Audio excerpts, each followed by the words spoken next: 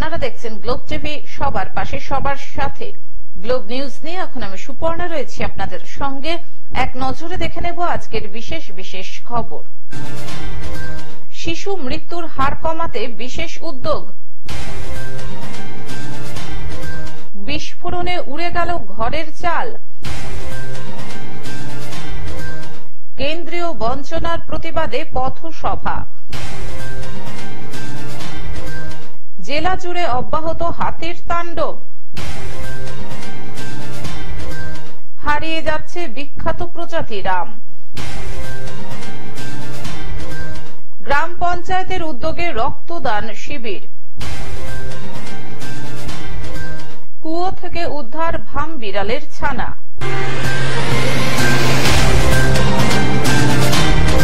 আসছে বিস্তারিত খবরে। শিশু মৃত্যুর হার কমাতে বিশেষ উদ্যোগ। উত্তর 24 পরগনা জেলার সুদূর নৈহাটি, কাঁচরাপাড়া, ব্যারাকপুর, বনগাঁ, বসিরহাট, মিনাখা, হাসনাবাদ, মালতীপুর, সন্দেশখালী, হিঙ্গলগঞ্জ, দে গঙ্গার গা ঘেঁষে বয়ে গেছে ইছামতি, বিদ্যাধরীর মতো বড় বড় নদী।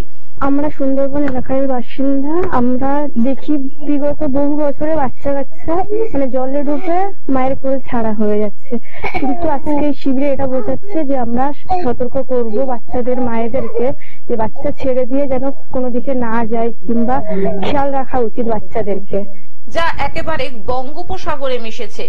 এছাড়াও মেছো, ভেরি, পুকুর, জলাশয়ে পরিপূর্ণ অনেক নদী, নালা, খাল, বিলে সারা বছর ধরে কত মানুষ বা শিশু জলে ডুবে মারা যাচ্ছে, যার সঠিক তথ্য পাওয়া মুশকিল। পাবলিক হেলথ এই জলে ডোবা মৃত্যুর সংখ্যা কত তার 2 বছরের সার্ভের কাজ শুরু করেছে রাজ্যের প্রতিটি জেলায়। প্রচুর রকম জলাশয় আছে, তো আমরা এইটুকুনি বলবো যে মায়েরা খুব সচেতন থাকুক। চারিদিকে তো জলে ডুবা এই জিনিসটা তো প্রচুর দেখাই যাচ্ছে, তো সেক্ষেত্রে আমরা এটাই বলবো যে সবসময় বাচ্চাদেরকে লক্ষ্য রাখুক, দেখে রাখুক, যার কারণে কোনো বাচ্চা যেন মায়ের কোল ছাড়া না হয়।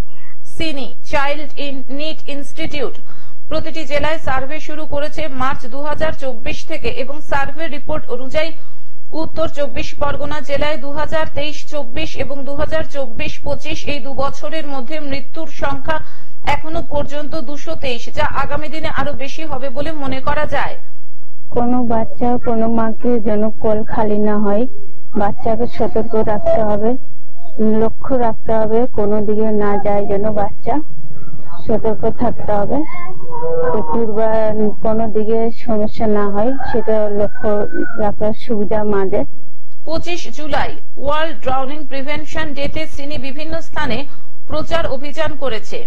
এই প্রসঙ্গে সিনির অ্যাসিস্ট্যান্ট ডিরেক্টর জয়ন্ত চৌধুরী বলেন, এই প্রচার জেলার বিভিন্ন ফেরিঘাটে, বিভিন্ন এলাকায়, বিভিন্ন জলাশয়ের ধারে কিভাবে সকলকে সচেতন থাকবে এবং কিভাবে প্রত্যেকটা জেলায়, প্রত্যেকটা অঞ্চলে আমরা পরপর আমরা সচেতনতা শিবির করছি, এবং ভবিষ্যতে আমরা চেষ্টা করব যেন প্রত্যেকটা বাড়ির প্রত্যেকটা মহিলা এবং তাদের বাচ্চারা যেন সচেতন থাকে।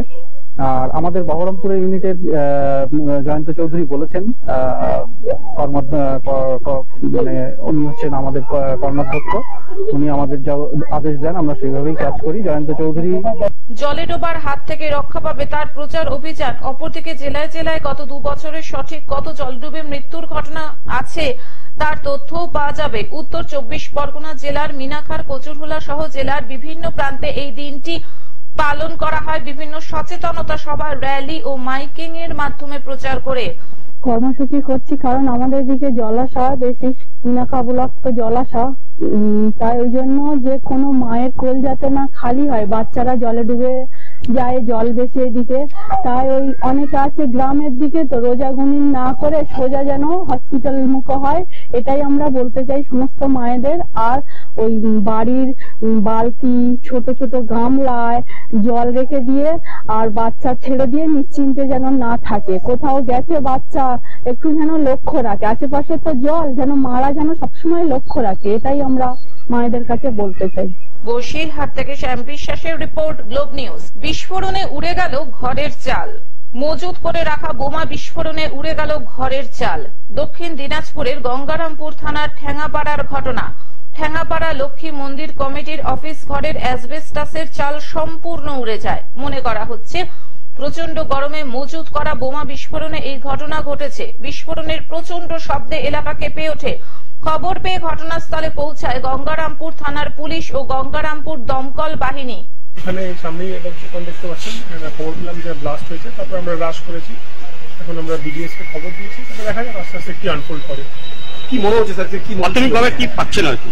এটা টু আর্লি টু সে, এখন জাস্ট ঘটনাটা ঘটেছে, কিছু ইনভেস্টিগেশন এখনো হয়নি, হলে বলা যায়। যদিও ওই লক্ষ্মী মন্দির কমিটির অফিস ঘর নিয়ে বিতর্ক রয়েছে। স্থানীয় সূত্রে জানা গিয়েছে ওই অফিস ঘরটি দীর্ঘদিন আগে বামফ্রন্টের ছাত্র সংগঠন এসএফআই এর অফিস ছিল। পরবর্তী সময় ওই ঘর তৃণমূল কংগ্রেস দখল করে নেয় বলে জানা গিয়েছে।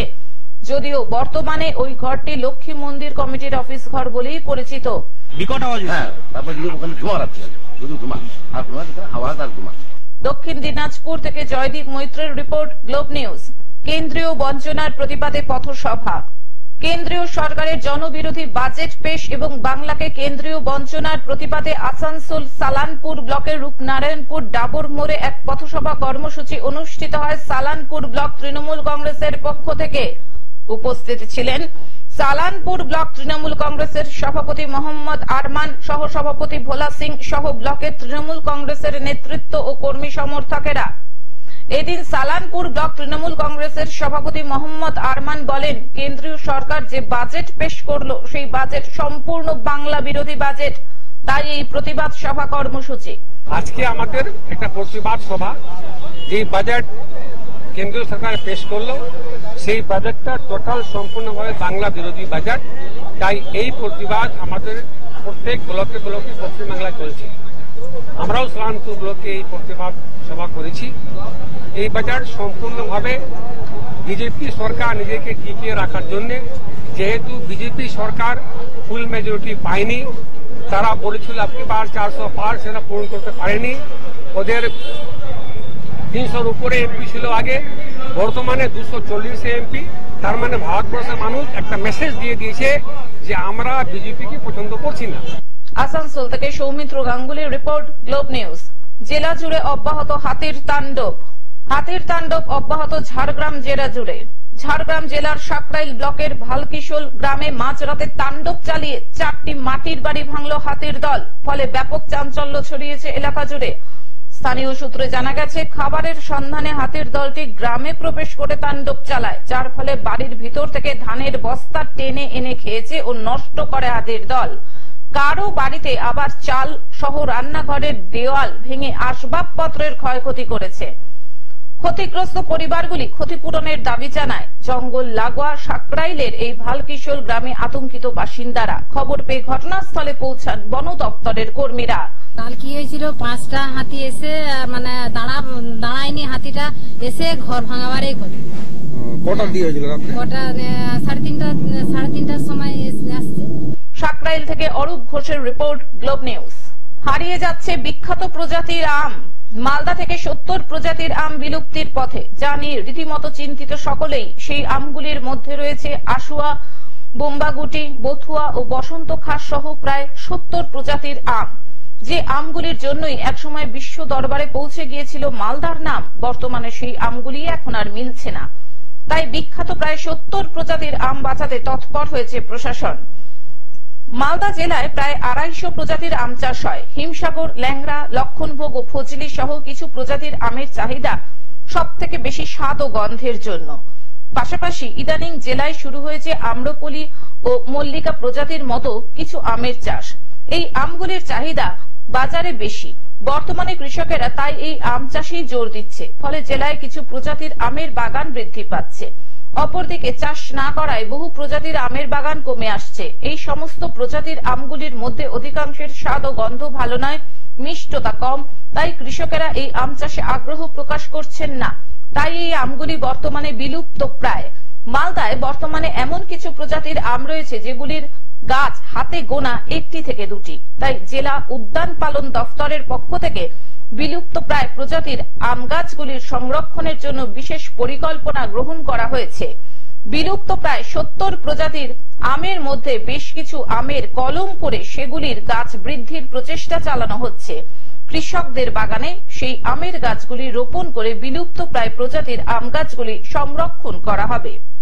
অনেক ভ্যারাইটি আছে যেগুলো প্রতি বছর ফল দেয় না, আর যেগুলো এক্সটিংশনের দিকে যাচ্ছে বা অনেকগুলো হারিয়ে যাওয়ার মুখে, সেইগুলো সব কিছু কিছু প্রজাতি আছে যেগুলো স্বাদে গন্ধে ঠিকই আছে, সেইগুলোর এরিয়া যাতে অদূর ভবিষ্যতে আরো বাড়ানো যায় সেইগুলো আমরা চেষ্টা চালাবো। মালদা থেকে অভিষেক দাসের রিপোর্ট, গ্লোব নিউজ। গ্রাম পঞ্চায়েতের উদ্যোগে রক্তদান শিবির। হাওড়ার ডোমজুর বিধানসভার অন্তর্গত সাপুইপাড়া বসুকাঠি গ্রাম পঞ্চায়েতের পরিচালনায় ও সাপুইপাড়া বসুকাঠি গ্রাম পঞ্চায়েত প্রধান দেবব্রত মণ্ডলের উদ্যোগে আজ শুক্রবার সকালে ষষ্ঠীতলা নিশ্চিন্তা হাওড়ার শিবালয় লজে এক রক্তদান শিবির অনুষ্ঠিত হলো। এই রক্তদান শিবিরে উপস্থিত ছিলেন ডোমজুর বিধানসভার বিধায়ক কল্যাণ ঘোষ, সাপুইপাড়া বসুকাঠি পঞ্চায়েত সমিতির প্রধান দেবব্রত মণ্ডল, বিভিন্ন জেলা পরিষদ, পঞ্চায়েত সমিতি ও পঞ্চায়েতের সদস্যবৃন্দ, পঞ্চায়েতের বিভিন্ন কর্মকর্তা সহ অন্যান্য বিশিষ্ট ব্যক্তিবর্গ। State blood transfusion council, West Bengal blood ব্যাংকের সহযোগিতায় আয়োজিত এই রক্তদান শিবিরে প্রায় 1 শতাধিক ব্যক্তি রক্তদান করলেন। সাপুইপাড়া বসুকাঠি গ্রাম পঞ্চায়েত প্রধান দেবব্রত মণ্ডল জানান, তারা মমতাময়ী ক্লিনিক নামক একটি স্বাস্থ্য কেন্দ্র গরিব মানুষদের জন্য সপ্তাহে 2 দিন করে চালান। 4 জন ডাক্তারবাবু এই মমতাময়ী ক্লিনিকের রোগীদের বিনামূল্যে স্বাস্থ্য পরিষেবা দেন। এছাড়াও পঞ্চায়েতের উদ্যোগে সারা বছরই তারা নানান সমাজ সেবামূলক কাজ করে থাকেন। প্রত্যেক রক্তদাতাকে গাছের চারাও বিতরণ করা হয়। আমরা সাপুইপাড়া বসুকাঠি গ্রাম পঞ্চায়েতের পক্ষ থেকে রক্তদান উৎসবের আয়োজন করেছি। বিধায়ক কল্যাণ ঘোষ মহাশয়, ওনার নেতৃত্বেই আমরা এই কেন্দ্রটা চালাই। আমাদের ডাক্তারবাবুরা বিনা পয়সায় ওখানে প্রতি সপ্তাহে 2 দিন করে 4টে ডাক্তার ওখানে আমাদের চিকিৎসা করে। গরিব মানুষের জন্য আমরা ফ্রি চিকিৎসা ক্যাম্প চালাই। হাওড়া থেকে ডক্টর কৌশিক ঘোষের report, globe news.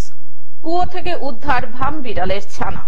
Jalpaiguri Pandapara চুনিডাল road এলাকার সপ্তর্ষি শর্মা বাবুর বাড়িতে কুয়োর মধ্যে থেকে অদ্ভুত কিছু শব্দ আসছে শুনে পরিবারের সদস্যরা কুয়োর ভিতর আলো ফেলতেই দেখতে পান একটি ভাম বিড়ালের ছানা কোনো প্রকারে পাইপের সাথে ঝুলে আছে। কুয়োর বালতি ফেলে ভাম বিড়ালের ছানাটিকে উদ্ধারের চেষ্টা করেও বিফল হন। নিরুপায় হয়ে খবর দেন গ্রিন জলপাইগুড়ি স্বেচ্ছাসেবী সংস্থাকে। খবর পেয়ে মুহূর্তের মধ্যে ছুটে আসেন গ্রিন জলপাইগুড়ি স্বেচ্ছাসেবী সংস্থার সম্পাদক অঙ্কুর দাস ও ক্রীড়া সম্পাদক বিবেক ঝা। ঝুঁকি নিয়ে অত্যন্ত কৌশলে কুয়ো থেকে ভাম বিড়ালের ছানাটিকে উদ্ধার করে গ্রিন জলপাইগুড়ির টিম।